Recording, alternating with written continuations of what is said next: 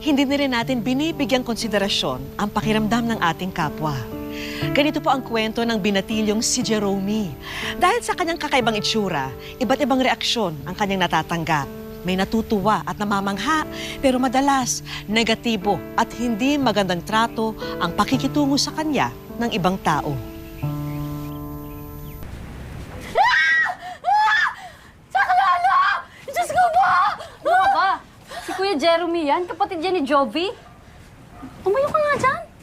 Ano nangyayari? Bakit ka tumitili? Bet, okay ka lang? Tumayo ka nga dyan.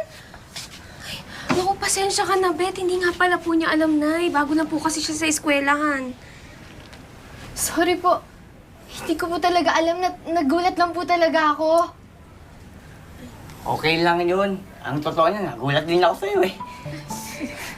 Siguro ngayon ka lang nakakita ng mapupulang